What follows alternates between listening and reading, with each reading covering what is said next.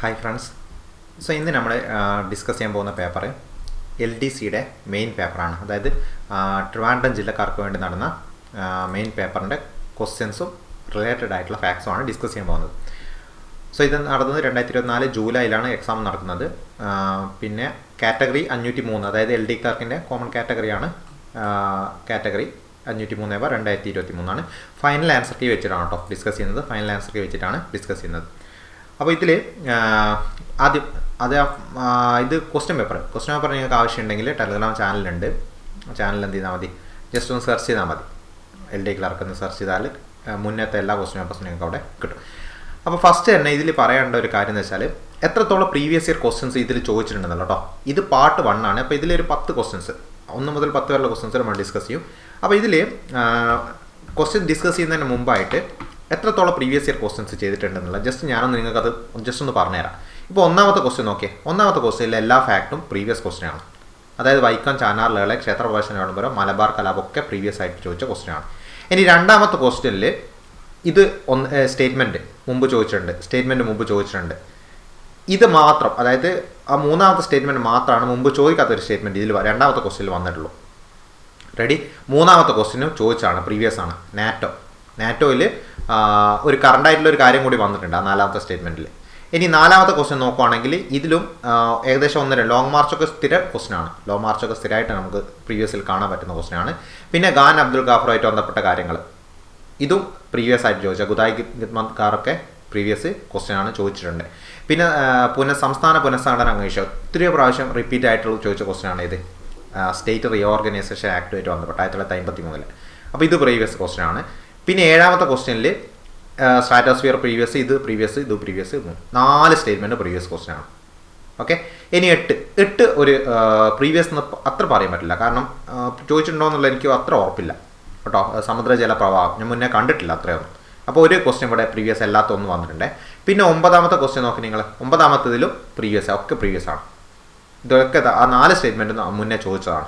പിന്നെ 10ഉം അത്രത്തോളം ചോദിച്ചിട്ടില്ല. അപ്പോൾ ഈ ആദ്യത്തെ 10 ക്വസ്റ്റ്യൻ എടുത്തു കഴിഞ്ഞാൽ ഏകദേശം 2 ക്വസ്റ്റ്യൻ ആണ് എന്ത് ചെയ്തിട്ടുള്ളത്, മുന്നേ ചോദിക്കാത്ത ഒരു ടൈപ്പ് വന്നിട്ടുള്ളത്. അപ്പോൾ നിങ്ങൾ പ്രീവിയസ് ഇയർ ക്വസ്റ്റ്യൻ എത്രത്തോളം ഇമ്പോർട്ടൻ്റ് ആണ്, അതുമായിട്ട് ബന്ധപ്പെട്ടുള്ള ഫാക്ട്സുകൾ പഠിക്കുന്നത് എത്രത്തോളം ഇമ്പോർട്ടൻ്റ് ആണെന്നുള്ളത് എന്ത് ചെയ്യും, ഇതിൽ നിന്ന് തന്നെ നിങ്ങൾക്ക് മനസ്സിലാവും. എന്തായാലും നമുക്ക് ക്വസ്റ്റ്യനിലേക്ക് കടക്കാം. അപ്പോൾ ഓരോ ക്വസ്റ്റ്യനും എങ്ങനെയാണ് അതിൻ്റെ ക്വസ്റ്റ്യൻ ചോദിച്ചിരിക്കുന്നതെന്നും അതുമായിട്ട് കണക്റ്റഡ് ആയിട്ട് എന്തൊക്കെയാണ് ഫാക്ട്സ് ചോദിച്ചിട്ടുള്ളതെന്ന് ഇതിയാ നമുക്കൊന്ന് നോക്കാം. അപ്പോൾ ആദ്യത്തെ ക്വസ്റ്റ്യൻ നോക്കി നിങ്ങൾ. ആദ്യത്തെ ക്വസ്റ്റ്യൻ, 1ാമത്തെ ക്വസ്റ്റ്യനിൽ എന്താ പറയുന്നത്, താഴെ കൊടുത്തിരിക്കുന്നതിൽ ശരിയായ കാലഗണന ക്രമത്തിൽ ഓരോന്നും ക്രമീകരിക്കാനാണ്. അപ്പോൾ ഇതിൻ്റെ ആദ്യം നടന്ന സംഭവം ഏതാണെന്നുള്ളത്, ഇത് ഓപ്ഷൻ ആൻസർ ഏതാ വരുന്നത്, ഓപ്ഷൻ ബി ആണ് കേട്ടോ. ആദ്യം നടക്കുന്നത് ചാനാർ ലഹളയാണ്. ഓക്കെ. 1859 ചാനാർ ലഹള നടക്കുന്നത്. റെഡി. പിന്നെ രണ്ടാമത് നടക്കുന്നത് 4ാമത്തേലെ മലബാർ കലാപം. മലബാർ കലാപമൊക്കെ എത്രയാണ്, 1921. പിന്നെ നടക്കുന്നത് 1 വൈക്കം സത്യാഗ്രഹം. ഓക്കെ. അതിനുശേഷം ക്ഷേത്രപ്രവേശന വിളംബരം. അപ്പോൾ ഇത് ഓരോന്ന് ഞാൻ ഈറ വെച്ചിട്ട് പറഞ്ഞു കേട്ടോ. ഓരോന്ന് ഈറ വെച്ചിട്ട് പറഞ്ഞു. 1859 ചാനാർ ലഹള ഞാൻ പറഞ്ഞു, അതാണ് ആദ്യം വരുന്നത്. ഓക്കെ. പിന്നെ 1921 മലബാർ കലാപം രണ്ടാമത് വരുന്നത്. റെഡി. പിന്നെ 1924 വൈക്കം സത്യാഗ്രഹം മൂന്നാമത് വരുന്നത്. പിന്നെ ലാസ്റ്റ് വരുന്നതാണ് 1936 ക്ഷേത്രപ്രവേശന വിളംബരം. ക്ലിയർ ആണേ.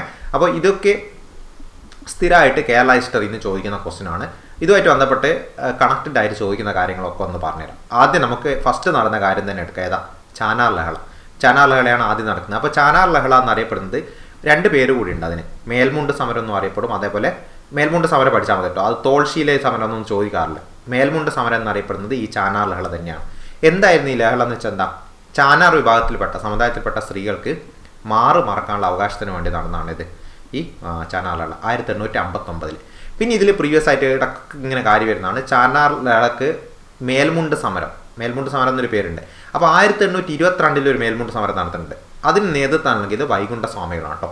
ഇത് 2-3 പ്രാവശ്യം എന്ത് ചെയ്തിട്ടുണ്ട്, റിപ്പീറ്റ് ആയിട്ട് ചോദിച്ച ഒരു ക്വസ്റ്റ്യൻ ആണ്. ഇനി ഈ 1859 ജൂലൈ 26 എന്ത് ചെയ്യും, ഉത്രം തിരുനാൾ മാർത്താണ്ഡവർമ്മ ചാനാർ സ്ത്രീകൾക്ക് മാറ് മറക്കാനുള്ള അവകാശം എന്ത് ചെയ്യുന്നുണ്ട്, കൊടുക്കുന്നുണ്ട്. അപ്പോൾ ഇതും കൂടി ഓർത്ത് നോക്കണേ. 1859 ജൂലൈ 26. ഓക്കെ. ആരാണ്, ഉത്രം തിരുനാളാണ്. അതും ഇമ്പോർട്ടൻ്റ് ആയിട്ടുള്ള ഒരു ഫാക്റ്റാണ്. ഇനി നമ്മൾ രണ്ടാമത്തെ ക്വസ്റ്റ്യനിലേക്ക് പോകണം. രണ്ടാമത്തെ എന്തായിരുന്നു, മലബാർ കലാപം അല്ലേ. മലബാർ കലാപം ഏത് ഇയറ, 1921 മലബാർ കലാപം. അപ്പോൾ മലബാർ കലാപത്തിൽ ചോദിക്കുന്ന ഒരു കാര്യം മെയിനായിട്ടുള്ളത്, മലബാർ കലാപത്തിലെ പ്രധാന നേതാക്കളെ പറ്റിയൊക്കെ ചോദിക്കാറുണ്ട്. മലബാർ കലാപമായിട്ട് ബന്ധപ്പെട്ട നേതാക്കൾ ബന്ധപ്പെടാത്തത് എന്നുള്ള രീതിയിൽ സ്റ്റേറ്റ്മെൻ്റ് ആയിട്ട് തരാറുണ്ട്. അപ്പോൾ അതിൽ വരുന്ന ഏതൊക്കെയാണ്? വാര്യംകുന്നത്ത് കുഞ്ഞാമദാജി, പിന്നെന്താണ് കുമരൻ പുത്തൂർ സീതിക്കോയ തങ്ങൾ, അതേപോലെ അലി മുസല്യാർ. ഇവരൊക്കെ ഈ മലബാർ കലാപമായിട്ട് ബന്ധപ്പെട്ട നേതാക്കളാണ്. ഇനി മലബാർ കലാപം മെയിനായിട്ട് ഏതൊക്കെ ഏരിയകളിലാണ് ഒതുങ്ങി നിന്നത്? ഏറനാട്, വള്ളുവനാട്, പൊന്നാനി താലൂക്കുകളിലാണ് ഈ മലബാറിലെ പോരാട്ടങ്ങളൊക്കെ നടന്നത്. ഓക്കെ, ഓർത്തോക്കണേ. ഏറനാട്, വള്ളുവനാട്, പൊന്നാനി താലൂക്കുകൾ. മലബാർ കലാപമായിട്ട് ബന്ധപ്പെട്ട ഒരു പ്രധാന സംഭവമാണ് പൂക്കോട്ടൂർ യുദ്ധം. 1921 തന്നെയാണ് ഇത് നടക്കുന്നത്. അപ്പോൾ പൂക്കോട്ടൂർ യുദ്ധം എന്തുമായിട്ട് ബന്ധപ്പെട്ടതാണെന്നൊക്കെ ക്വസ്റ്റ്യൻ ചിലപ്പോൾ ചോദിക്കും. അപ്പോൾ എന്തുമായിട്ട് ബന്ധപ്പെട്ടതാണ്? മലബാർ കലാപമായിട്ട് ബന്ധപ്പെട്ടതാണ് പൂക്കോട്ടൂർ യുദ്ധം. റെഡി? ഇനി അടുത്ത മൂന്നാമത് എന്തായിരുന്നു ചോദിച്ചത് നമ്മളോട്? വൈക്കം സത്യാഗ്രഹം. അപ്പോൾ വൈക്കം സത്യാഗ്രഹം 1924 നടക്കുന്നത്. വൈക്കം സത്യാഗ്രഹം ഡേറ്റ് പോലും ഇമ്പോർട്ടൻ്റ് ആണ് ഇതിലെ. 1924 മാർച്ച് 30. ഓക്കെ, സമരം ആരംഭിക്കുന്നത്. ഇനി വൈക്കം സത്യാഗ്രഹത്തിൽ ബന്ധപ്പെട്ട് ഇന്ത്യയിൽ ആയിത്തത്തിനെതിരെ നടന്ന ആദ്യത്തെ സംഘടിതമായിട്ടുള്ള ഒരു കലാപമാണ് ഇത്. സഞ്ചാര സ്വാതന്ത്ര്യത്തിന് വേണ്ടി നടന്ന വൈക്കം ക്ഷേത്രത്തിൻ്റെ അടുത്തുകൂടിയുള്ള സഞ്ചാരം സ്വാതന്ത്ര്യം കിട്ടാൻ വേണ്ടിയിട്ടാണ് ഇത് നടക്കുന്നത്. അപ്പം പിന്നെ ഇതിൽ പറയുന്നത് എന്താ? പുലയ, ഈഴവ, നായർ സമുദായങ്ങളായ കുഞ്ഞാപ്പി, ബാഹുലേയൻ, ഗോവിന്ദ പണിക്കർ എന്നീ 3 യുവാക്കളാണ് സമരം സ്റ്റാർട്ട് ചെയ്യുന്നത്. വൈക്കം മഹാദേവ ക്ഷേത്രം സ്ഥിതി ചെയ്യുന്നത് കോട്ടയത്താണ്. പിന്നെയുള്ളത് വൈക്കം മഹാദേവ ക്ഷേത്രം വേമനാട് കായലിൻ്റെ തീരത്താണ്. ഒക്കെ ഓർത്തോക്കണേ. പിന്നെ ഇതിലെ പ്രധാന നേതാക്കളിൽ ഒരിക്കലും മറന്നു പോകാത്ത നേതാവ് ഏത് തന്നെയാണ്? ടി.കെ. മാധവനൊക്കെ. വൈക്കം സത്യാഗ്രഹത്തിലെ ഏറ്റവും പ്രധാനപ്പെട്ട നേതാവ് ടി.കെ. മാധവനാണ്. പിന്നെ കെ കേളപ്പനും സി.വി. കുഞ്ഞിരാമനൊക്കെ ഉണ്ട്. ഇപ്പോൾ ടി.കെ. മാധവൻ ഒരു തരത്തിൽ നിങ്ങൾ മറക്കരുത്. ഏറ്റവും പ്രധാനപ്പെട്ട നേതാവ് അദ്ദേഹം തന്നെയാണ്. ഇനി നമുക്ക് ലാസ്റ്റിലത്തെ ക്വസ്റ്റ്യനിലെ സംഭവം എന്തായിരുന്നു വന്നത്? ക്ഷേത്രപ്രവേശന വിളംബരം. ഓക്കെ, അപ്പോൾ അവർണരായ ഹൈന്ദവർക്ക്, ഹിന്ദുക്കളിൽ തന്നെ അവർണരായവർക്ക് ക്ഷേത്രങ്ങളിലേക്ക് പ്രവേശനം നേടാൻ വേണ്ടിയിട്ട് നടന്നതാണ്. 1936 എന്ത് ചെയ്യുന്നത്? ഇത് ക്ഷേത്രപ്രവേശന വിളംബരം പ്രഖ്യാപിക്കുന്നത്. ആരാ പ്രഖ്യാപിക്കുന്നത്? ചിത്ര തിരുനാൾ കേട്ടോ. 1936 നവംബർ 12. ഡേറ്റ് ഇപ്പോൾ ഈ വർഷം തന്നെ ചോദിച്ചിട്ടുണ്ട് ക്വസ്റ്റ്യൻ. 1936 നവംബർ 12 എന്ത് ചെയ്യുന്നത്? ക്ഷേത്രപ്രവേശന വിളംബരം നടത്തുന്നത്. ഓക്കെ, ഇനി പ്രേരിപ്പിച്ചത് ഈ ചിത്ര തിരുനാളിനെ പ്രേരിപ്പിച്ചത് CP രാമസ്വാമി അയ്യരാണ്. ഇനി ക്ഷേത്രപ്രവേശന വിളംബരം എഴുതി തയ്യാറാക്കിയത് ആരാ? ഉള്ളൂർ S. പരമേശ്വരയ്യനാണ്. ഇനി ക്ഷേത്രപ്രവേശന വിളംബരത്തിന് കുറച്ച് വിശേഷങ്ങളുണ്ട്. എന്തൊക്കെ വിശേഷം? കേരളത്തിൻ്റെ മാഗ്ന കാർട്ട എന്നറിയപ്പെടുന്നത് ഈ ക്ഷേത്രപ്രവേശന വിളംബരമാണ്. അതേപോലെ ആധുനിക തിരുവിതാംകൂറിൻ്റെ മാഗ്ന കാർട്ട എന്നറിയപ്പെടുന്നത് ഇത് തന്നെയാണ്. പിന്നെ ഗാന്ധിജി ആധുനിക കാലത്തെ മഹാത്ഭുതം എന്ന് വിശേഷിപ്പിച്ചത് ഏതിനെയാണ്? ഈ ക്ഷേത്രപ്രവേശന വിളംബരത്തെയാണ്.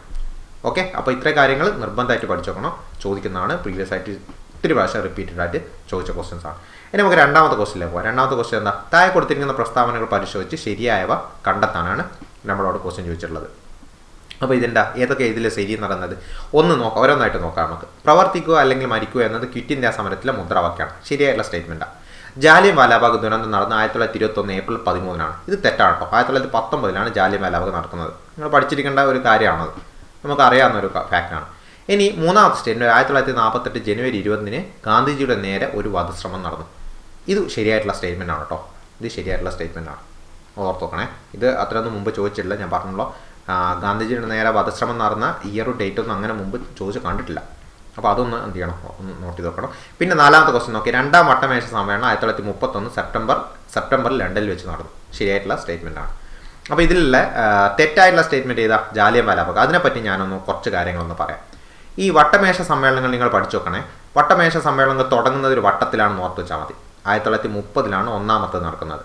ഓക്കെ, 1931 രണ്ടാമത്തത്, 32 മൂന്നാമത്തത്. ഇപ്പോൾ തുടക്കം ഒരു വട്ടത്തിലാണെന്ന് ഓർത്ത് വെച്ചാൽ വട്ടമേശ സമ്മേളനം ഫസ്റ്റ് 1930, സെക്കൻഡ് 31, തേർഡ് 32 എന്നിങ്ങനെ കിട്ടും. ഇനി ജാലിയൻ വാലാബാഗ് കൂട്ടക്കൊലക്ക് കാരണമായിട്ടുള്ളത് എപ്പോഴാണ് നടന്നത്? 1919 ഏപ്രിൽ. നോക്കിക്കോളെ, ഞാൻ ഇത് കറക്റ്റായിട്ട് ഇവിടെ കൊടുക്കുന്നുണ്ട്. ഏപ്രിൽ 13 എന്ത് ചെയ്യുന്നത്? ജാലിയൻ വാലാബാഗ് കൂട്ടക്കൊല നടക്കുന്നത്. റെഡി? അപ്പോൾ ഇതിൽ അവർ 1919 പകരം 21 കൊടുത്താട്ടോ. അവിടെ ഒരു പ്രശ്നം വന്നത്. അപ്പം ശ്രദ്ധിക്കാതെ ചെയ്തിട്ടുണ്ടെങ്കിൽ അതെന്ത് ചെയ്യും? ഡേറ്റ് കറക്റ്റാണ്, പക്ഷേ ഇയറാണ് അവിടെ വ്യത്യാസം വരുന്നത്. ശ്രദ്ധിക്കാതെ ചെയ്യുകയാണെങ്കിൽ അത് തെറ്റിപ്പോകും. നമുക്കൊരു മൈനസ് അടിക്കാനുള്ള ഒരു സ്റ്റേറ്റ്മെൻ്റ് ആയിരുന്നു അത്. ഇനി ജാലിയൻ വാലാബാഗ് കൂട്ടക്കൊലക്ക് കാരണമായിട്ടുള്ള നിയമം ഏതാണെന്നുള്ള റൗലറ്റ് ആക്റ്റാണ് ജാലിയൻ വാലാബാഗ് കൂട്ടക്കൊലക്ക് കാരണമായത്. ഇനി ഈ ജാലിയൻ വാലാബാഗിൽ ആളുകൾ കൂടാനുള്ള കാരണം എന്തായിരുന്നു? അത് മുമ്പ് ചോദിച്ചിട്ടുണ്ട്. അതായത് സത്യപാലിനെയും സൈഫുദ്ദീൻ കിച്ലുവിനെയും അറസ്റ്റ് ചെയ്തതിൽ പ്രതിഷേധിച്ചിട്ടാണ് എന്ത് ചെയ്യുന്നത്? ജാലിയൻ വാലാബാഗ് മൈതാനത്തേക്ക് എന്ത് ചെയ്യുന്നത്? എല്ലാവരും കൂടി എത്തിച്ചേരുന്നത്. ഇനി ജാലിയൻവാലാബാഗ് കൂട്ടക്കൊലക്ക് നേതൃത്വം നൽകിയ ബ്രിട്ടീഷ് ഓഫീസർ എന്ന് പറഞ്ഞാൽ പട്ടാളക്കാരനാണ്. അപ്പോൾ ജനറൽ എന്നിട്ട് തുടങ്ങും. പട്ടാളക്കാരെയാണല്ലോ നമ്മൾ നോർമലി ജനറൽ എന്ന് വിളിക്കുന്നത്. അപ്പോൾ ജനറൽ ഡയർ. ഇനി ജാലിയൻവാലാബാഗ് കൂട്ടക്കൊല നടക്കുന്ന സമയത്ത് Punjab governor Michael O Dyer. അപ്പോൾ രണ്ടാളും ഡയർ എന്നുള്ള പേരിലാണുള്ളത്. രണ്ടും വേറെ വേറെ വ്യക്തികളാണ്. അപ്പോൾ ഇങ്ങനെ ഓർത്ത് വെച്ചാൽ മതി. ബ്രിട്ടീഷ് ഓഫീസർ പട്ടാളക്കാരൻ ആരാന്ന് ചോദിച്ചാൽ അതിലൊരു ജനറൽ ഉണ്ടാവും. അപ്പം ജനറൽ ഡയർ എന്നായിരിക്കും അതിൻ്റെ ആൻസർ. ഇനി വെറും പഞ്ചാബ് ഗവർണർ ആകുമ്പോൾ വെറും ഡയർ ആയിരിക്കും, മൈക്കിൾ ഒ ഡയർ. ഇനി ജാലിയൻവാലാബാഗ് കൂട്ടക്കൊല എന്തുമായി ബന്ധപ്പെട്ട് ബ്രിട്ടീഷ് ഗവൺമെൻറ് ഏത് സംഭവവുമായി ബന്ധപ്പെട്ടാണ് പുറപ്പെടുവിച്ചത്? ഏത്? ഈ ക്രോളിംഗ് ഓർഡർ എന്നുള്ളൊരു സംഭവമുണ്ട്. ക്രോളിംഗ് ഓർഡർ അത് ജാലിയൻവാലാബാഗ് കൂട്ടക്കൊലയായിട്ട് ബന്ധപ്പെട്ടിട്ടാണ് ബ്രിട്ടീഷ് ഗവൺമെൻറ് എന്ത് ചെയ്യുന്നത്? പ്രഖ്യാപിക്കുന്നത്. ഇനി ഇതിൽ ഓർത്തുകൊണ്ട് 1-2 കാര്യങ്ങൾ കേട്ടോ സ്ഥിരമായിട്ട് ചോദിക്കുന്നത്. ഒന്ന്, ഹണ്ടർ കമ്മീഷൻ. വേറെ ഹണ്ടർ കമ്മീഷൻ കേട്ടോ വിദ്യാഭ്യാസമായിട്ട് ബന്ധപ്പെട്ട്. ഇത് 1919 ജാലിയൻവാലാബാഗുമായിട്ട് ബന്ധപ്പെട്ട ഹണ്ടർ കമ്മീഷനാണ്. ജാലിയൻവാലാബാഗ് കൂട്ടക്കൊലപ്പറ്റി അന്വേഷിക്കാൻ വേണ്ടി നടന്നത്. ഇനി ഗാന്ധിജി ഈ ജാലിയൻവാലാബാഗ് കൂട്ടക്കൊലയെ പറ്റി പറഞ്ഞ ഒരു കോട്ടുണ്ട്. പ്ലാസി യുദ്ധം ബ്രിട്ടീഷ് ഭരണത്തിന് അടിത്തറ ഇട്ടെങ്കിൽ ജാലിയൻവാലാബാഗ് എന്ത് ചെയ്തു? സംഭവം ബ്രിട്ടീഷ് ഭരണത്തിൻ്റെ അടിത്തറ ഇളക്കി എന്നുള്ളത്. അത് ഗാന്ധിജിയുടെ ഒരു കോട്ടാണ്. അതൊന്ന് ഓർത്തോക്കണേ. പിന്നെ ഇത് ഇമ്പോർട്ടൻ്റ് ആണ്. ജാലിയൻവാലാബാഗ് കൂട്ടക്കൊലയായിട്ട് ബന്ധപ്പെട്ടിട്ട് കുറച്ച് ഇന്ത്യക്കാർ അവരുടെ കുറേ പദവികൾ തിരിച്ചു കൊടുത്തിട്ടുണ്ട്. ആദ്യമായിട്ട് സർ പദവി തിരിച്ചു കൊടുക്കുന്നത് ആരാണ്? രവീന്ദ്രനാഥ് ടാഗോർ. സർ രവീന്ദ്രനാഥ് ടാഗോർ എന്നുള്ളത് തന്നെ ഓർത്ത് വെക്കട്ടോ. അപ്പോൾ സർ പദവി തിരിച്ചു കൊടുത്ത് രവീന്ദ്രനാഥ് ടാഗോറാണ്. ഇനി കൈസറി ഹിന്ദ് പദവി ബഹുമതി തിരിച്ചു നൽകി 2 പേരുണ്ട്. ഒന്ന് ഗാന്ധിജിയുണ്ട്, അതേപോലെ സരോജിനി നായിഡുണ്ട്. പിന്നെ നമ്മുടെ കേരളക്കാരനായ ഒരാൾ വൈസ്രോയുടെ എക്സിക്യൂട്ടീവ് കൗൺസിലിൽ നിന്ന് രാജിവെച്ചിട്ടുണ്ട്. അതാരാ? ചേറ്റൂർ ശങ്കരൻ നായർ, ശങ്കരൻ നായർ എന്നുള്ള വ്യക്തിയാണ്. അപ്പോൾ അതും കൂടി എന്ത് ചെയ്യുക? ഓർത്ത് വെക്കണം. ഇനി മൂന്നാമത്തെ ക്വസ്റ്റ്യൻ നോക്കിയേ. മൂന്നാമത്തെ നാറ്റോ ആയിട്ട് ബന്ധപ്പെട്ട ക്വസ്റ്റ്യനാണ്. ഇതിൽ ബന്ധമില്ലാത്തതാണ് ചോദിച്ചത്. നോക്കിക്കോളെ, വട്ടിട്ട് തന്നെ പഠിക്കണം. ബന്ധം ഇല്ലാത്തത്, നാറ്റോയുമായിട്ട് ബന്ധം ഇല്ലാത്തതാണ് ചോദിച്ചിരിക്കുന്നത്. അപ്പോൾ ഏതൊക്കെയാണ് ബന്ധം ഇല്ലാത്തത്? ഓരോന്നായിട്ട് നോക്കാം നമുക്ക്. 1949 സ്ഥാപിതമായത്. ശരിയാണ്. പിന്നെ ഇതിൻ്റെ ആസ്ഥാനം ജനീവയാണ്. തെറ്റാണ്. ബ്രസൽസ് ആണ് നാറ്റോയുടെ ആസ്ഥാനം. ബ്രസൽസ് കോമൺ ആയിട്ട് ചോദിക്കുന്ന, മുമ്പൊക്കെ ചോദിച്ചിട്ടുണ്ട്. ഇനി ഇതിൽ അവസാനമായി ചേർന്ന രാജ്യം സ്വീഡനാണ്. ശരിയായിട്ടുള്ള സ്റ്റേറ്റ്മെൻറ്റ്. സ്വീഡൻ ഏറ്റവും ലാസ്റ്റ് ചേർന്ന്. സ്വീഡൻ ചേർന്ന് 2024 കേട്ടോ. ഇനി അതിനുശേഷം ആരെങ്കിലും 2025 ചേരുന്നുണ്ടെങ്കിൽ നോട്ട് ചെയ്ത് പഠിച്ചോണം. കറണ്ട് അഫയേഴ്സിൽ അപ്ഡേറ്റ് ആക്കിയിട്ട് പഠിക്കേണ്ട ഒരു കാര്യമാണിത്. ഓക്കെ, സ്വീഡനാണ് ഇപ്പോൾ ലാസ്റ്റായിട്ട് ഇതിൽ വന്നിട്ടുള്ളത്. ഇനി റഷ്യ-ഉക്രൈൻ യുദ്ധത്തിന് കാരണമായത് ഈ സംഘടനയിൽ ചൈനയുടെ അംഗത്വ പ്രവേശനമാണ് എന്നൊന്നും പറയാൻ പറ്റില്ല. മറ്റേ ക്രിമിയൊക്കെ ആയിരുന്നു റഷ്യ-ഉക്രൈൻ യുദ്ധത്തിൻ്റെ ഒരു കാരണം ഏറ്റവും ലാസ്റ്റ് വന്നത്. അപ്പോൾ ഇതിൽ തെറ്റായിട്ടുള്ള ഏതൊക്കെയാണ് ബന്ധമില്ലാത്തത്? 2ഉം 4ഉം ആണ് ബന്ധമില്ലാത്തത്. ഓപ്ഷൻ ഡി ആണെന്ത് നമുക്ക് ആൻസർ ആയിട്ട് വരിക. 2ഉം 4ഉം ഇതിൽ ബന്ധമില്ല. ഈ നാറ്റോ ആയിട്ട് ബന്ധപ്പെട്ട് പഠിക്കുമ്പോൾ നാറ്റോയുടെ ഇയർ 1949 പഠിക്കണം. പിന്നെ ആസ്ഥാനം ബ്രസൽസ്. ഓക്കെ, ആസ്ഥാനം ബ്രസൽസ്. ഇനി ഈ അംഗരാഷ്ട്രങ്ങൾ മാറിക്കൊണ്ടിരിക്കട്ടെ. അംഗരാഷ്ട്രങ്ങൾ എന്ന് പറഞ്ഞാൽ അവസാനം സ്വീഡനും കൂടി ചേർന്നിട്ടുണ്ട്. അപ്പോൾ എത്രയാണെന്നുള്ളത് നിങ്ങൾ അപ്ഡേറ്റ് ചെയ്ത് പഠിക്കണം. ഇതിലുള്ളതായിരിക്കും നിർബന്ധമില്ല. ഇനി ശീതയുദ്ധകാലത്ത് അമേരിക്കയുടെ നേതൃത്വത്തിൽ രൂപീകൃതമായിട്ടുള്ള പടിഞ്ഞാറ് രാജ്യങ്ങളുടെ സഖ്യമാണ് ഇത് ഈ നാറ്റോ എന്ന് പറയുന്നത് കേട്ടോ. അപ്പോൾ അമേരിക്കയാണ് നേതൃത്വം കൊടുത്തത്. അതൊന്ന് ഓർത്തോക്കണം. ഇനി രൂപീകൃതമായപ്പോൾ 12 രാജ്യമാണ് ഉണ്ടായിരുന്നത്. ഓക്കെ, ഇപ്പോൾ 35-ൻ്റെ അടുത്തായി. 30-ൻ്റെ മുകളിലായിട്ടുണ്ട്. അത് എത്രയാണെന്നുള്ളത് നിങ്ങൾ എന്ത് ചെയ്യണം? ഒന്ന് ജസ്റ്റ് ഒന്ന് സെർച്ച് ചെയ്തിട്ട് വിക്കിപീഡിയയിൽ ഉണ്ടാവും ലാസ്റ്റ് ചേർന്നത് കൊണ്ട്. ഇനി നാറ്റോ പഠിക്കുമ്പോൾ നമുക്ക് ഒഴിവാക്കാൻ പറ്റാത്ത ഒരു പാക്ട് കൂടിയുണ്ട്. ഒരു പാക്ട് എന്ന് വെച്ചാൽ ഒരു സംഘടന കൂടിയുണ്ട്, വാഴ്സ പാക്ട്. അതായത് അമേരിക്ക അവിടെ നാറ്റോ ഉണ്ടാക്കിയപ്പോൾ ഇവിടെ USSR, അന്നത്തെ റഷ്യ USSR എന്ന് പറയുന്നത് അവരുടെ നേതൃത്വം രൂപം കൊണ്ട സംഘടനയാണ് ഇത് വാഴ്സ പാക്ട്. ഓർത്തോക്കണേ. അതായത് നാറ്റോ സഖ്യത്തിന് ബദലായിട്ട് രൂപം കണ്ട കമ്മ്യൂണിസ്റ്റ് രാജ്യങ്ങളുടെ സംഘടനയാണ് ഇത് ഈ വാഴ്സ. പക്ഷേ വാഴ്സ പിന്നെ ഇത് പിരിച്ചു വിട്ടു. 1991 വാഴ്സ പാക്ട് പിരിച്ചു വിട്ടോ. ജസ്റ്റ് എന്താണെന്നുള്ള അറിഞ്ഞിരുന്നാൽ മതി വാഴ്സ പാക്ട്. അപ്പോൾ ഈ നാറ്റോ ആയിട്ട് ബന്ധപ്പെട്ട് ചോദിക്കുമ്പോൾ ചിലപ്പോൾ ഒരു സ്റ്റേറ്റ്മെൻറ്റ് ചിലപ്പോൾ അത് തരും. വാഴ്സ പാക്ടിന് പകരക്കാരനായിട്ട് USSRന്റെ നേതൃത്വം രൂപം കൊണ്ടത് അല്ല, നാറ്റോയുടെ പകരമായിട്ട് USSRന്റെ നേതൃത്വത്തിൽ രൂപം കൊണ്ടത് ഏത് ആണെന്നുള്ള വാഴ്സ പാക്റ്റാണ്. ശരിയാണോ തെറ്റാണോ എന്ന് ചോദിച്ചാൽ എന്ത് ചെയ്യണം? അവിടെ കിട്ടണം. ഇനി നാലാമത്തെ ക്വസ്റ്റ്യൻ എന്താ? താഴെ കൊടുത്ത ജോഡികളിൽ തെറ്റായിട്ടുള്ള ജോഡി ഏതാണെന്നാണ് ഇവിടെ ക്വസ്റ്റ്യൻ ചോദിച്ചിരിക്കുന്നത്. അപ്പോൾ ഇതിൽ തെറ്റായിട്ടുള്ളത് ഏതൊക്കെയാണ്? റോബസ്പിയർ ജാക്കോബിയൻ ക്ലബ്ബ് ശരിയാണ്. ഏപ്രിൽ തീസിസ് BI ലെനിൻ ആണ്. സ്പിരിറ്റ് ഓഫ് ലോ എന്തല്ല? വോൾട്ടയർ അല്ല. ലോങ് മാർച്ച് മാവോ സേതുങ് ആണ്. സ്പിരിറ്റ് ഓഫ് ലോ എന്നുള്ള ബുക്ക് എഴുതിയിട്ടുള്ളത് ആരല്ല? വോൾട്ടയർ അല്ല, അത് മോണ്ടസ്ക്യൂ ആണ് കേട്ടോ. ഇത് നോക്കിക്കോളെ, സ്പിരിറ്റ് ഓഫ് ലോ എന്നുള്ള ബുക്ക്. അത് നിങ്ങൾക്ക് എങ്ങനെ കോഡ് ഓർത്ത് വെച്ചാൽ അങ്ങനെ അറിയാം. സ്പിരിറ്റ് എന്ന് വെച്ചാൽ എന്താ? ആൾക്കഹോൾ അല്ലേ. സാധാരണ ആൾക്കഹോൾ ഈ ബീവറേജിലൊക്കെ ക്യൂ നിന്നിട്ടാണ് വാങ്ങിക്കുന്നത്. അപ്പോൾ മോണ്ടസ്ക്യൂ എന്നുള്ളത് എന്ത് ചെയ്യും? അവിടെ കിട്ടും. അങ്ങനെ ഒന്നും ഒരു കോഡ് അവിടെ വെച്ചാൽ മതി. കാരണം ഇതൊക്കെ ഒത്തിരി ബുക്കുകൾ ഇവരെന്ത് ചെയ്യുന്നുണ്ട്, ഇവരൊക്കെ ഇതിലുണ്ട്. അപ്പോൾ അതൊക്കെ ഓർത്ത് വെക്കണം. അങ്ങനെ തന്നെ മതി. ഇനി SCERTയിൽ കുറച്ച് ഇതുമായിട്ട് ബന്ധപ്പെട്ട, അതായത് ഈ ഇംഗ്ലീഷ് നിങ്ങൾക്കറിയാം ഇംഗ്ലണ്ടിലെ വിപ്ലവം, അതേപോലെ റഷ്യൻ വിപ്ലവം എന്നൊക്കെ ആയിട്ട് ബന്ധപ്പെട്ട് SCERTയിൽ കുറച്ച് കാര്യങ്ങൾ പറയുന്നുണ്ട്. അതിൽ മെയിനായിട്ട് ഒന്നായിരുന്നു ആ സമയത്ത് ഇംഗ്ലണ്ടിലെ വിപ്ലവമൊക്കെ ആയിട്ട് ബന്ധപ്പെട്ട് കുറേ കണ്ടുപിടുത്തങ്ങൾ നടന്നിട്ടുണ്ട്. അപ്പോൾ അവർ ഓരോന്ന് കണ്ടുപിടിച്ച ഏതെന്നൊക്കെയാണ് സ്പിന്നിങ് ജെന്നി കണ്ടുപിടിച്ചത് ജെയിംസ് ഹാർഗ്രീവ്സ് ആണ്. ചോദിക്കാം, നല്ല ചാൻസ് ഉണ്ട്. അതേപോലെ പറക്കുന്ന ഓടം, ഫ്ലൈയിങ് ഷട്ടിൽ കേട്ടോ, ഫ്ലൈയിങ് ഷട്ടിൽ എന്നാണ് അതിനെ വിളിക്കുക, മിക്കവാറും അതായിരിക്കും ക്വസ്റ്റ്യൻ പേപ്പറിൽ ഉണ്ടാവും. John Kay. ഇനി ആവിയന്ത്രം, James Watts. Okay, James Watt കേട്ടോ, ജെയിംസ് വാട്ട്. അപ്പോൾ ഇതൊക്കെ കോമൺ ആയിട്ട് ചോദിക്കാൻ നല്ല ചാൻസ് ഉള്ള ഒരു ടൈപ്പാണ്. അതുകൊണ്ട് എന്ത് ചെയ്യുക, അതിൻ്റെ ഒപ്പം ഓർത്തിച്ചോളാം. ഇനി അഞ്ചാമത്തെ ക്വസ്റ്റ്യൻ നോക്കിയാൽ താഴെ കൊടുത്തിരിക്കുന്നതിൽ ഖാൻ അബ്ദുൽ ഗാഫറുമായി ബന്ധപ്പെട്ട ശരിയായ പ്രസ്താവന ഏതാണെന്നുള്ളതാണ്. മൂപ്പരുമായിട്ട് ബന്ധപ്പെട്ട പ്രസ്താവന കേട്ടോ, ശരിയായിട്ടുള്ളതാണ്. ഇതൊരു ഓരോന്നും മാർക്ക് ചെയ്തിട്ട് ശരിയായിട്ടുള്ളതാണ് നമുക്ക് വേണ്ടത്. അപ്പോൾ അങ്ങനെ തന്നെ എന്ത് ചെയ്യുക, ഓരോന്ന് മാർക്ക് ചെയ്തിട്ട് അത് ഓരോന്നോരോന്നായിട്ട് എഴുതിക്കണം. അപ്പോൾ നോക്കി, അതിർത്തി ഗാന്ധി എന്ന പേരിൽ അറിയപ്പെടുന്നത് ശരിയാണ്. 1988 ജനുവരി 20 അന്തരിച്ചു. ഇതൊക്കെ കിട്ടാൻ കുറച്ച് പണി തന്നെ കേട്ടോ. ഓക്കെ, കാരണം 88 ജനുവരി 20 അന്തരിച്ച ഡേറ്റ് ഒന്നും നമ്മൾ നോർമലി ഇതൊന്നും പഠിച്ചു വെക്കില്ല. പക്ഷേ 1987 ഭാരതരത്ന ലഭിച്ചു എന്നുള്ളത് നമ്മൾ പഠിച്ചു വെക്കും. അതിർത്തി ഗാന്ധി നമ്മൾ പഠിച്ചു വെക്കും. ഗുദായി ഖിദ്മത്ഗാർ എന്ന സംഘടന രൂപീകരിച്ചതും പഠിക്കുന്നുണ്ട്. ഓക്കെ, അപ്പോൾ ഇതിൽ ഏതൊക്കെ ശരിയാണെന്ന് 1, 3, 4 ശരിയാണെന്നുള്ള കിട്ടിയാൽ തന്നെ ഇതിൽ 1, 3, 4 മാത്രമുള്ള ഓപ്ഷനൊന്നും ഇല്ല. അപ്പോൾ പിന്നെയുള്ള എല്ലാമാണ്. അപ്പോൾ എല്ലാം എന്നുള്ളത് നിങ്ങൾക്ക് അവിടെ കൂട്ടാം, അവിടെ എന്ത് ചെയ്യുക, കുത്തിയെടുക്കാൻ പറ്റും. കാരണം 88 ജനുവരി 20 അന്തരിച്ചു എന്നുള്ളത് ശരിയായിട്ടുള്ള ഫാക്റ്റ് ആയിരിക്കണം. കാരണം 1, 3, 4 മാത്രമായിട്ട് ഓപ്ഷൻ ഇല്ലല്ലോ. അപ്പോൾ അങ്ങനെ എന്ത് ചെയ്യണം, ഒരു ബുദ്ധിപരമായിട്ടുള്ള കോമൺ സെൻസ് വെച്ചിട്ട് എന്ത് ചെയ്യണം, ആൻസർ ചെയ്തോണം. ഓക്കെ, ഇനി ഈ ഖാൻ അബ്ദുൽ ഗാഫർ ഖാനുമായിട്ട് ബന്ധപ്പെട്ട് പറയുകയാണെങ്കിൽ അതിർത്തി ഗാന്ധി എന്ന് പറയും. പിന്നെ ബാദ്ഷാ ഖാൻ കേട്ടോ, ഇത് ഒന്ന് ഓർത്തോക്കണം. ബാദ്ഷാ ഖാൻ എന്നും കൂടി അറിയപ്പെടുന്നത് ഈ അതിർത്തി ഗാന്ധിയാണ്, ഈ ഖാൻ അബ്ദുൽ ഗാഫർ ഖാനാണ്. ഇനി ഭാരതരത്നയുടെ കേസ് പറഞ്ഞു. 1987 അദ്ദേഹത്തിന് എന്ത് ചെയ്യുന്നത്, ഭാരതരത്ന കിട്ടുന്നത്. ഇതിനൊരു പ്രത്യേകത ഉണ്ട്, എന്താ പറയുക, ഭാരതരത്ന ലഭിക്കുന്ന ആദ്യത്തെ വിദേശിയാണ് ഇദ്ദേഹത്തിന് പൗരത്വം പാകിസ്ഥാനായിരുന്നു. ഓക്കെ, ഇദ്ദേഹത്തിൻ്റെ പൗരത്വം എന്താ, പാകിസ്ഥാൻ പൗരനാണ് ഈ ഖാൻ അബ്ദുൽ ഗാഫർ ഖാൻ. അപ്പോൾ ഭാരതരത്ന ലഭിച്ച ആദ്യ വിദേശിയാണ് ഇദ്ദേഹം എന്ന് പറഞ്ഞാൽ അതും ശരിയായിട്ടുള്ള ഒരു സ്റ്റേറ്റ്മെൻറ്റ് തന്നെയാണ്. ഇനി ആറാമത്തെ ക്വസ്റ്റ്യൻ നോക്കി, സ്വാതന്ത്ര്യാനന്തരം സംസ്ഥാന പുനഃസംഘടനാ കമ്മീഷൻ രൂപീകരിച്ചു. അപ്പോൾ ഇതുമായിട്ട് ബന്ധപ്പെട്ട താഴെ കൊടുത്ത പ്രസ്താവനകളിൽ ശരിയായിട്ടുള്ളത് ഏതാണെന്നാണ് ക്വസ്റ്റ്യൻ. ഓക്കെ, നമുക്ക് വേണ്ട ഏതാ, ശരിയായിട്ടുള്ളതാണ് ഇതിൽ വേണ്ടത്. അപ്പോൾ ഓരോന്നായിട്ട് നോക്കാം. 1, ഇത് രൂപീകരിച്ച 1953 ശരിയാണ്. പിന്നെന്താ, ഇത് ഷാ കമ്മീഷൻ എന്ന പേരിൽ അറിയപ്പെടുന്നു, തെറ്റാണ്. ഫസൽ അലി കമ്മീഷൻ എന്നുള്ള പേരിലാണ് അത് അറിയപ്പെടുന്നത്, ഞാൻ പറഞ്ഞുതരാത്. ഇനി മൂന്നാമത്തത് ഫസൽ അലി, HN കുൻസു എന്നിവർ ഇതിലെ അംഗങ്ങളായിരുന്നു, ശരിയാണ്. ഈ കമ്മീഷൻ്റെ നിർദ്ദേശപ്രകാരം ആദ്യം രൂപീകരിച്ച സംസ്ഥാനം ഏതാ, ആന്ധ്രാപ്രദേശ് എന്നല്ല, ആന്ധ്ര സ്റ്റേറ്റ് ആണ്. പിന്നെ അത് ആന്ധ്രാപ്രദേശ് എന്ന പേര് മാറുന്നതാണ്. ഓക്കെ, അപ്പോൾ ഇതിൽ 1, 3, 4 ശരിയാണ്. ഓപ്ഷൻ ഡി ആണ് ഇതിൽ ശരിയായിട്ടുള്ളത്, 1, 3, 4. ഈ സംസ്ഥാന പുനഃസംഘടന കമ്മീഷൻ്റെ അധ്യക്ഷനായിരുന്ന ആര്, ഈ ഫസൽ അലി. അതുകൊണ്ട് തന്നെയാണ് ഫസൽ അലി കമ്മീഷൻ അത് അറിയപ്പെടുന്നത്. അവരിവിടെ വന്നിട്ട് ആ പേര് ഷാ കമ്മീഷൻ എന്നുള്ള പേരിലാക്കി, അതാണ് അതിവിടെ തെറ്റിയത്. ഇനി ഇതിലെ അംഗങ്ങളൊക്കെ പഠിച്ചു നോക്കണേ. അംഗങ്ങൾ 2 പേരാണുള്ളത്, സർദാർ KM പണിക്കറും HN കുൻസുവും. ഓക്കെ, അപ്പോൾ ടോട്ടൽ 3 പേരാണ്. അതിൽ ഫസൽ അലി വരും, സർദാർ KM പണിക്കർ വരും, HN കുൻസു വരും.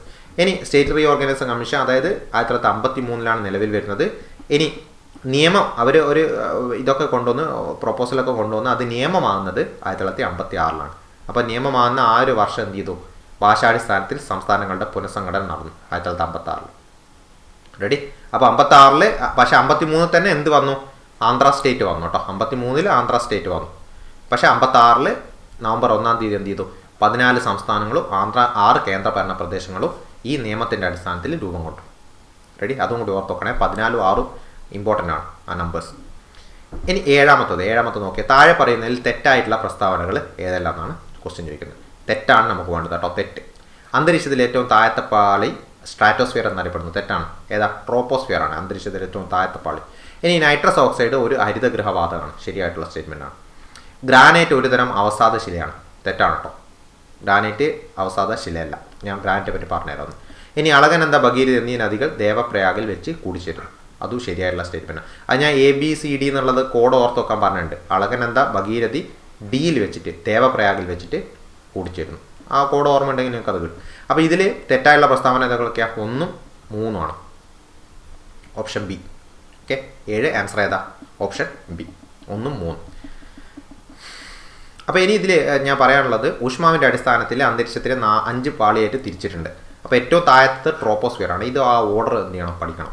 രണ്ടാമത്താണ് സ്ട്രാറ്റോസ്ഫിയർ, മൂന്നാമത്തെ മീസോസ്ഫിയർ, പിന്നെ തെർമോസ്ഫിയർ, ലാസ്റ്റത്തെ എക്സോസ്ഫിയർ. ഓക്കെ, ഇനി നമ്മൾ അതിൽ കുറച്ച് ശിലകളുടെ കണ്ടു അല്ലേ, ഗ്രാനൈറ്റ് അല്ലേ നമുക്കത് ചോദിച്ചതിപ്പോൾ.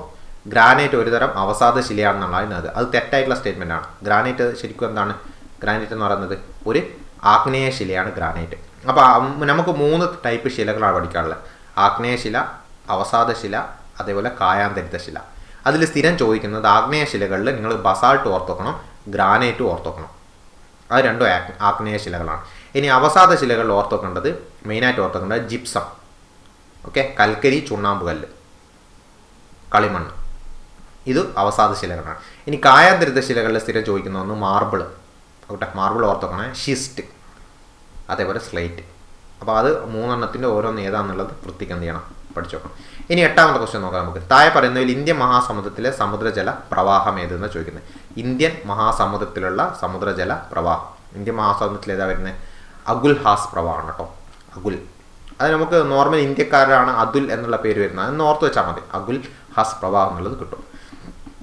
അപ്പോൾ ഈ സമുദ്രജല പ്രവാഹങ്ങളിൽ ചില ഇത് ഇപ്പോൾ ഈ ഒരു ഭാഗം പഠിക്കേണ്ടത് ഇമ്പോർട്ടൻ്റ്, കാരണം ഇത് ചോദിക്കാൻ തുടങ്ങിയല്ലോ എന്തായാലും. അപ്പോൾ പസഫിക്കിൽ വരുന്ന മെയിനായിട്ടുള്ളതാണ് ഒന്ന് കുറേഷ്യോ ചോദിക്കാറുണ്ട്, കുറേഷ്യോ പസഫിക്കിൽ വരുന്നതാണ്. അതേപോലെ പെറുവും ഹംബോൾട്ടും പസഫിക്കിൽ വരുന്നതാണ്. ഇനി അറ്റ്ലാന്റിക്കിൽ വരുന്ന 2 ഇമ്പോർട്ടൻ്റ് ആണ്. ഏത്? ഗൾഫ് സ്ട്രീമും ലാബ്രഡോറും കാനറിയും, അറ്റ്ലാന്റിക്കിലെ സമുദ്രജല പ്രവാഹങ്ങൾ. ഇനി ഇന്ത്യൻ മഹാസമുദ്രത്തിൽ വരുന്നതാണ് മൊസാംബിക്ക്, അഗുൽഹാസ്, മൺസൂൺ. ഓക്കെ, എല്ലാം ഒന്നും പഠിച്ചില്ലെങ്കിലും അറ്റ്ലീസ്റ്റ് ഈ മാർക്ക് ചെയ്തെങ്കിലും എന്ത് ചെയ്യണം, നിർബന്ധമായിട്ട് പഠിച്ചു നോക്കണം. ഇനി 9ാമത്തെ ക്വസ്റ്റ്യൻ, താഴെ പറയുന്നതിൽ ശരിയായ പ്രസ്താവനകൾ ഏതെല്ലാം എന്നാണ് താഴെ തന്നുള്ള ഏതൊക്കെയാണെന്നുള്ളത്. അപ്പോൾ 1ാമത്തത്, ഇന്ത്യൻ സ്റ്റാൻഡേർഡ് സമയം ഗ്രീനിച്ച് സമയത്തേക്ക് 5.5 മണിക്കൂർ മുന്നിലാണ്, ശരിയായുള്ള സ്റ്റേറ്റ്മെൻറ്റാണ്. ഇനി തമിഴ്നാട് കൂടംകുളത്ത് ഒരു ഭൗമ താപോർജ്ജ നില സ്ഥിതി ചെയ്യുന്നു, തെറ്റാ. അത് അവിടെ എന്താ സ്ഥിതി ചെയ്യുന്നത്? ന്യൂക്ലിയർ പ്ലാന്റ് ആണ് അവിടെ ഉള്ളത്, ഓക്കെ, ആണവ നിലയാണ്, അല്ലാണ്ട് ഭൗമ താപോർജ്ജം അല്ല. അപ്പോൾ തെറ്റായുള്ള സ്റ്റേറ്റ്മെൻറ്റാണ്. ഗുജറാത്തിൻ്റെ തലസ്ഥാനം അഹമ്മദാബാദ് ആണോ? ഗാന്ധിനഗറാണ്. ഗുജറാത്തിൻ്റെ തലസ്ഥാനം ഗാന്ധിനഗറാണ് കേട്ടോ. അപ്പോൾ അത് തെറ്റാണ്. ഇനി സത്ലജ് സിന്ധു നദിയുടെ പോഷക നദി, അപ്പോൾ അത് ശരിയാണ്.